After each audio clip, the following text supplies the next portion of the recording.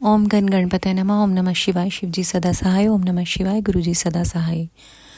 तारकासुर के सताए हुए देवताओं का ब्रह्मा जी को अपनी कष्ट कथा सुनाना। ब्रह्मा जी का उन्हें पार्वती के साथ शिव के विवाह के लिए उद्योग करने का आदेश देना। ब्रह्मा जी के समझाने से तारकासुर का स्वर्ग को छोड़ना और देवताओं का वहां रहकर लक्ष्य सिद्धि के लिए यत्नशील होना।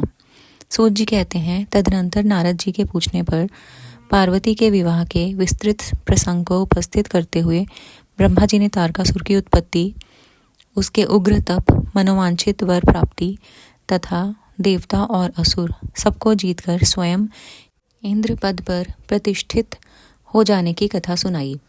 तत्पश्चात ब्रह्मा जी ने कहा, तारकासुर तीनों लोकों को अपने वश में करके जब स्वयं इंद्र हो गया तब उसके समान दूसरा कोई शासक नहीं रह गया। वह जितेंद्रिय असुर त्रिभुवन का एकमात्र स्वामी होकर अद्भुत ढंग से राज्य का संचालन करने लगा। उसने समस्त देवताओं को निकालकर उनकी जगह दैत्यों को स्थापित कर दिया और विद्याधर आदि देव योनियों को स्वयं अपने कर्म में लगाया।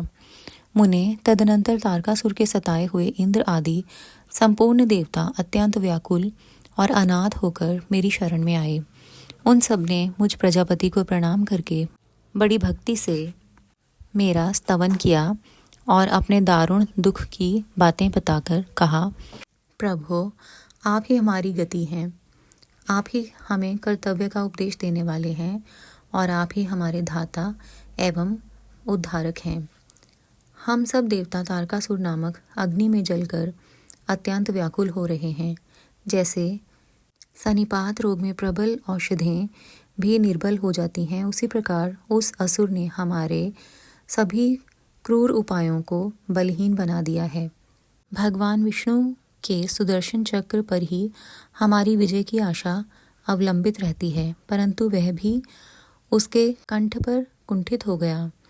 उसके गले में पड़कर वह ऐसा प्रतीत होने लगा था मानो उस असुर को फूल की माला पहनाई गई हो।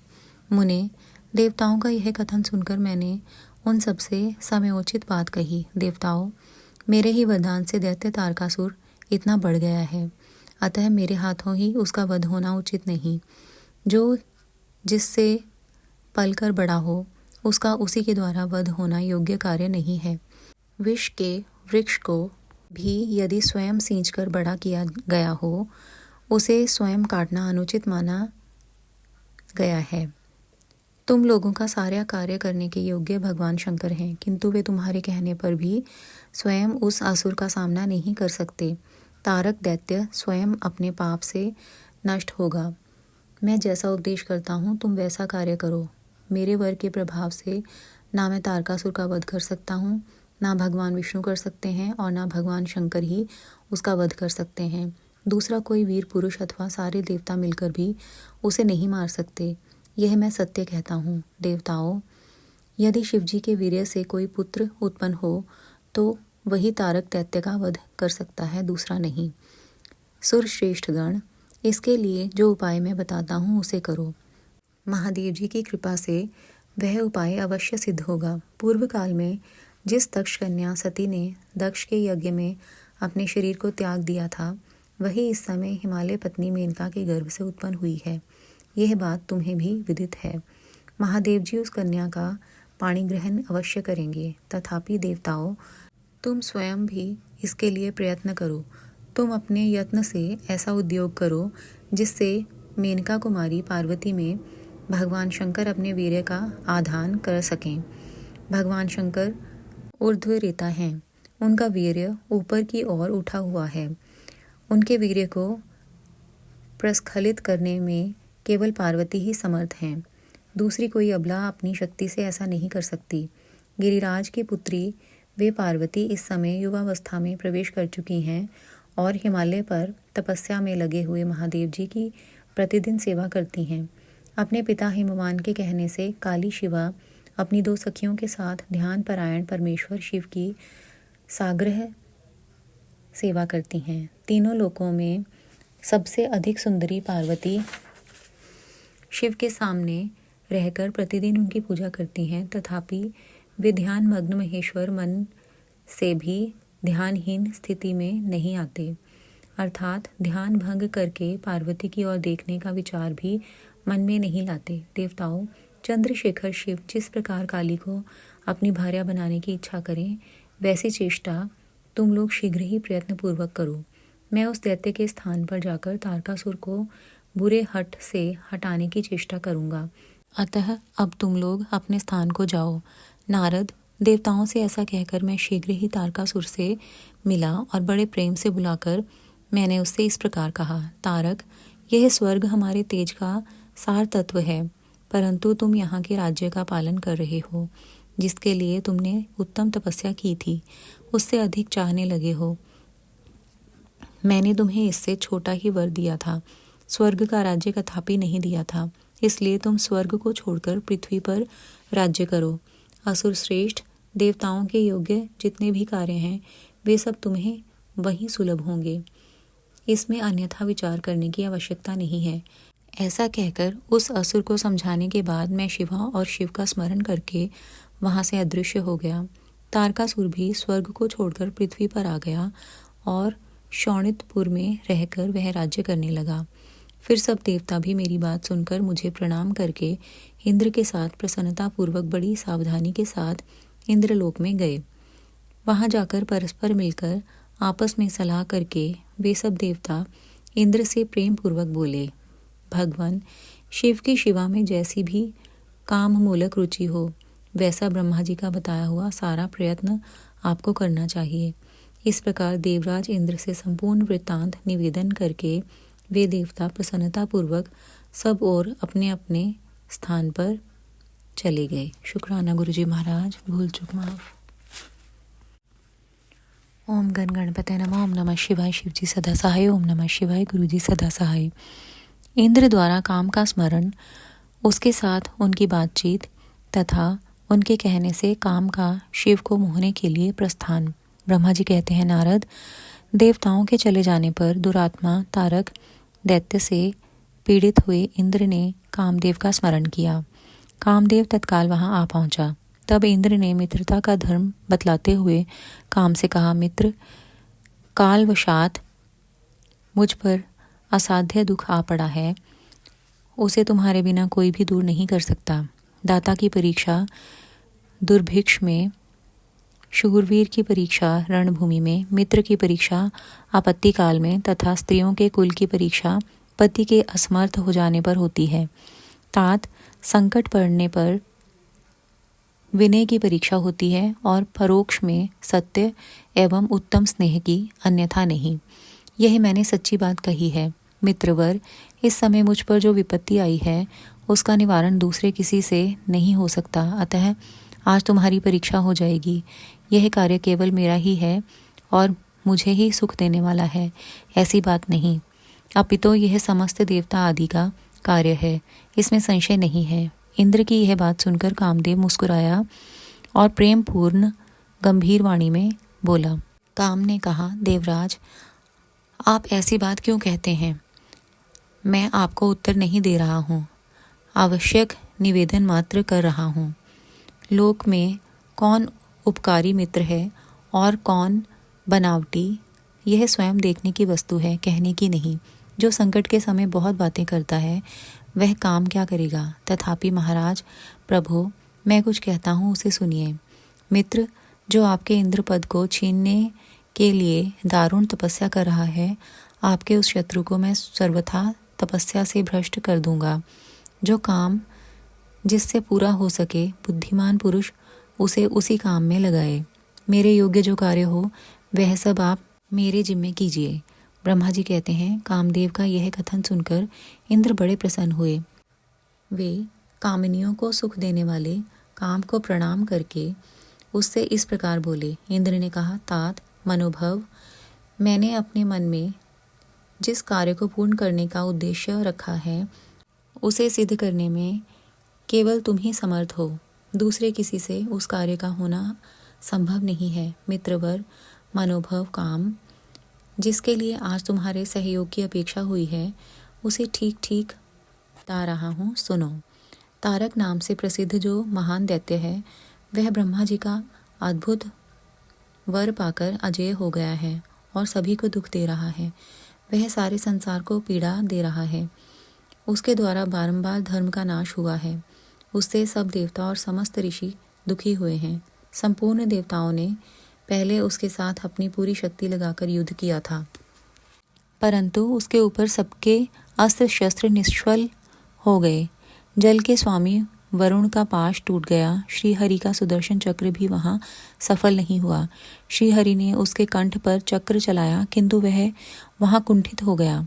ब्रह्मा जी ने महायोगीश्वर भगवान शंभु के वीर्य से उत्पन्न हुए बालक के हाथ से इस दुरात्मा दैत्य की मृत्यु बताई है। यह कार्य तुम्हें अच्छी तरह और प्रयत्नपूर्वक करना है। मित्रवर, उसके हो जाने से हम देवताओं को बड़ा सुख मिलेगा। भगवान शंभु गिरिराज हिमालय पर उत्तम तपस्या में लगे हैं। वे हमारे भी प्रभु हैं, कामना के वश में नहीं हैं, स्वतंत्र परमेश्वर हैं। मैंने सुना है कि गिरिराज नंदिनी पार्वती पिता की आज्ञा पाकर अपनी 2 सखियों के साथ उनके समीप रहकर उनकी सेवा में रहती हैं। उनका यह प्रयत्न महादेव जी को पति रूप में प्राप्त करने के लिए ही है, परंतु भगवान शिव अपने मन को संयम नियम से वश में रखते हैं। मार, जिस तरह भी उनकी पार्वती में अत्यंत रुचि हो जाए, तुम्हें वैसा ही प्रयत्न करना चाहिए। यही कार्य करके तुम कृतार्थ हो जाओगे और हमारा सारा दुख नष्ट हो जाएगा। इतना ही नहीं, लोक में तुम्हारा स्थायी प्रताप फैल जाएगा। ब्रह्मा जी कहते हैं, नारद, इंद्र के ऐसा कहने पर कामदेव का मुखारविंद प्रसन्नता से खिल उठा। उसने देवराज से प्रेम पूर्वक कहा, मैं इस कार्य को करूँगा, इसमें संशय नहीं है। ऐसा कहकर शिव की माया से मोहित हुए काम ने उस कार्य के लिए स्वीकृति दे दी और शीघ्र ही उसका भार ले लिया। वह अपनी पत्नी रति और वसंत को साथ ले बड़ी प्रसन्नता के साथ उस स्थान पर गया जहाँ साक्षात योगीश्वर शिव उत्तम तपस्या कर रहे थे। शुक्राना गुरुजी महाराज, भूल चूक माफ। ओम गण गणपते नमः। ओम नमः शिवाय। शिवजी सदा सहाय। ओम नमः शिवाय। गुरुजी सदा सहाय। रुद्र की नेत्राग्नि से काम का भस्म होना, रति का विलाप, देवताओं की प्रार्थना से शिव का काम को द्वापर में प्रद्युम्न रूप से नूतन शरीर की प्राप्ति के लिए वर देना और रति का शंबर नगर में जाना। ब्रह्मा जी कहते हैं, मुने, काम अपने साथी वसंत आदि को लेकर वहां पहुंचे। उसने भगवान शिव पर अपने बाण चलाए। तब शंकर जी के मन में पार्वती के प्रति आकर्षण होने लगा और उनका धैर्य टूटने लगा। अपने धैर्य का ह्रास होता देख महायोगी महेश्वर अत्यंत विस्मित हो मन ही मन इस प्रकार चिंतन करने लगे। शिव बोले, मैं तो उत्तम तपस्या कर रहा था, उसमें विघ्न कैसे आ गया? किस कुकर्मी ने यहाँ मेरे चित्त में विकार पैदा कर दिया? इस तरह विचार करके सत्पुरुषों के आश्रयदाता महायोगी महेश्वर शिव शंका युक्त हो संपूर्ण दिशाओं की ओर देखने लगे। इसी समय वाम भाग में बाण खींचे खड़े हुए काम पर उनकी दृष्टि पड़ी। यह मूढ़ चित्त मदन अपनी शक्ति के घमंड में आकर पुनः अपना बाण छोड़ना ही चाहता था। नारद, इस अवस्था में काम पर दृष्टि पड़ते ही परमात्मा गिरीश को तत्काल रोष चढ़ आया। मुने, उधर आकाश में बाण सहित धनुष लिए खड़े हुए काम ने भगवान शंकर पर अपना अमोघ अस्त्र छोड़ दिया, जिसका निवारण करना बहुत कठिन था, परंतु परमात्मा शिव पर वह अमोघ अस्त्र भी मोघ व्यर्थ हो गया। कुपित हुए परमेश्वर के पास जाते ही शांत हो गया। भगवान शिव पर अपने अस्त्र के व्यर्थ हो जाने पर मनमत काम को बड़ा भय हुआ। भगवान मृत्युंजय को सामने देखकर वह कांप उठा और इंद्र आदि समस्त देवताओं का स्मरण करने लगा। मुनि श्रेष्ठ, अपना प्रयास निष्फल हो जाने पर काम भय से व्याकुल हो उठा था। मुनीश्वर, कामदेव के स्मरण करने पर वे इंद्र आदि सब देवता वहां आ पहुंचे और शंभु को प्रणाम करके उनकी स्तुति करने लगे। देवता स्तुति कर ही रहे थे कि कुपित हुए भगवान हर के ललाट के मध्य भाग में स्थित तृतीय नेत्र से बड़ी भारी आग तत्काल प्रकट होकर निकली। उसकी ज्वालाएं ऊपर की ओर उठ रही थीं। वह आग धू धू करके जलने लगी। उसकी प्रभा प्रलयाग्नि के समान जान पड़ती थी। वह आग तुरंत ही आकाश में उछली और पृथ्वी पर गिर पड़ी, फिर अपने चारों ओर चक्कर काटती हुई धराशायिनी हो गई। साधो भगवान क्षमा कीजिए, क्षमा कीजिए। यह बात जब तक देवताओं के मुख से निकले तब तक ही उस आग ने कामदेव को जलाकर भस्म कर दिया। उस वीर कामदेव के मारे जाने पर देवताओं को बड़ा दुख हुआ। वे व्याकुल हो, हाय ये क्या हुआ, ऐसा कह कहकर जोर जोर से चीत्कार करते हुए रोने बिलखने लगे। उस समय विकृत चित्त हुई पार्वती का सारा शरीर सफ़ेद पड़ गया, काटो तो खून नहीं। वे सखियों को साथ ले अपने भवन को चली गईं। कामदेव के जल जाने पर रति वहाँ एक क्षण तक अचेत पड़ी रही। पति की मृत्यु के दुख से वह इस तरह पड़ी थी मानो मर गई हो। थोड़ी देर में जब होश हुआ तब अत्यंत व्याकुल हो रति उस समय तरह तरह की बातें कहकर विलाप करने लगी। रति बोली, हाय मैं क्या करूं, कहाँ जाऊं, देवताओं ने यह क्या किया, मेरे उद्यंड स्वामी को बुलाकर नष्ट करा दिया। हाय हाय नाथ, स्मर स्वामिन प्राण प्रिय, हाँ मुझे सुख देने वाले प्रियतम, हाँ प्राणनाथ, यह यहाँ क्या हो गया। ब्रह्मा जी कहते हैं, नारद, इस प्रकार रोती बिलखती और अनेक प्रकार की बातें कहती हुई रति हाथ पैर पटकने और अपने सिर के बालों को नोचने लगी। उस समय उसका विलाप सुनकर वहाँ रहने वाले समस्त वनवासी जीव तथा वृक्ष आदि स्थावर प्राणी भी बहुत दुखी हो गए। इसी बीच में इंद्र आदि संपूर्ण देवता महादेव जी का स्मरण करते हुए रति को आश्वासन दे इस प्रकार बोले। देवताओं ने कहा, तुम काम के शरीर का थोड़ा सा भस्म लेकर उसे यत्न पूर्वक रखो और भय छोड़ो। हम सबके स्वामी महादेव जी कामदेव को पुनः जीवित कर देंगे और तुम फिर अपने प्रियतम को प्राप्त कर लोगी। कोई किसी को ना तो सुख देने वाला है और ना कोई दुख ही देने वाला है। सब लोग अपनी अपनी करनी का फल भोगते हैं। तुम देवताओं को दोष देकर व्यर्थ ही शोक करती हो। इस प्रकार रति को आश्वासन दे सब देवता भगवान शिव के पास आए और उन्हें भक्ति भाव से प्रणाम करके यूँ बोले। देवताओं ने कहा, भगवान शरणागत वत्सल महेश्वर, आप कृपा करके हमारे इस शुभ वचन को सुनिए।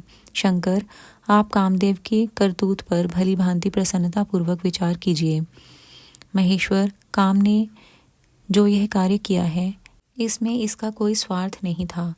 दुष्ट तारकासुर से पीड़ित हुए हम सब देवताओं ने मिलकर उससे यह काम कराया है। नाथ शंकर, इसे आप अन्यथा ना समझें। सब कुछ देने वाले देव गिरीश, सती साध्वी रति अकेली अति दुखी होकर विलाप कर रही है, आप उसे सांत्वना प्रदान करें। शंकर, यदि इस क्रोध के द्वारा आपने कामदेव को मार डाला तो हम यही समझेंगे कि आप देवताओं सहित समस्त प्राणियों का अभी संहार कर डालना चाहते हैं। रति का दुख देखकर देवता नष्ट प्राय हो रहे हैं, इसलिए आपको रति का शोक दूर कर देना चाहिए। ब्रह्मा जी कहते हैं, नारद, संपूर्ण देवताओं का यह वचन सुनकर भगवान शिव प्रसन्न हो उनसे इस प्रकार बोले। शिव ने कहा, देवताओं और ऋषियों, तुम सब आदर पूर्वक मेरी बात सुनो। मेरे क्रोध से जो कुछ हो गया है वह तो अन्यथा नहीं हो सकता, तथापि रति का शक्तिशाली पति कामदेव तभी तक अनंग शरीर रहित रहेगा जब तक रुक्मिणी पति श्री कृष्ण का धरती पर अवतार नहीं हो जाता। जब श्री कृष्ण द्वारका में रहकर पुत्रों को उत्पन्न करेंगे तब वे रुक्मिणी के गर्भ से काम को भी जन्म देंगे। उस काम का ही नाम उस समय प्रद्युम्न होगा, इसमें संशय नहीं है। उस पुत्र के जन्म लेते ही शंबरासुर उसे हर लेगा। हरण के पश्चात दानव शिरोमणि शंबर उस शिशु को समुद्र में डाल देगा। फिर वह मूढ़ उसे मरा हुआ समझकर अपने नगर को लौट जाएगा। रते, उस समय तक तुम्हें शंबरासुर के नगर में सुखपूर्वक निवास करना चाहिए। वहीं तुम्हें अपने पति प्रद्युम्न की प्राप्ति होगी। वहाँ तुमसे मिलकर काम युद्ध में शंबरासुर का वध करेगा और सुखी होगा।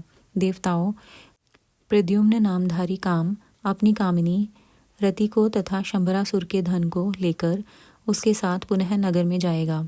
मेरा यह कथन सर्वथा सत्य होगा। ब्रह्मा जी कहते हैं, नारद, भगवान शिव की यह बात सुनकर देवताओं के चित्त में कुछ उल्लास हुआ और वे उन्हें प्रणाम करके दोनों हाथ जोड़कर विनीत भाव से बोले।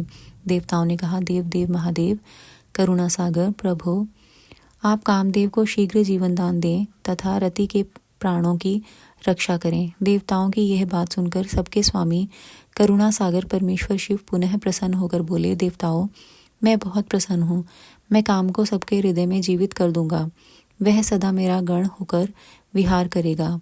अब अपने स्थान को जाओ, मैं तुम्हारे दुख का सर्वथा नाश करूंगा। ऐसा कहकर रुद्रदेव उस समय स्तुति करने वाले देवताओं के देखते देखते अंतर्ध्यान हो गए। देवताओं का विस्मय दूर हो गया और वे सबके सब प्रसन्न हो गए। मुने तदनंतर रुद्र की बात पर भरोसा करके स्थिर रहने वाले देवता रति को उनका कथन सुनाकर आश्वासन दे अपने अपने स्थान को चले गए।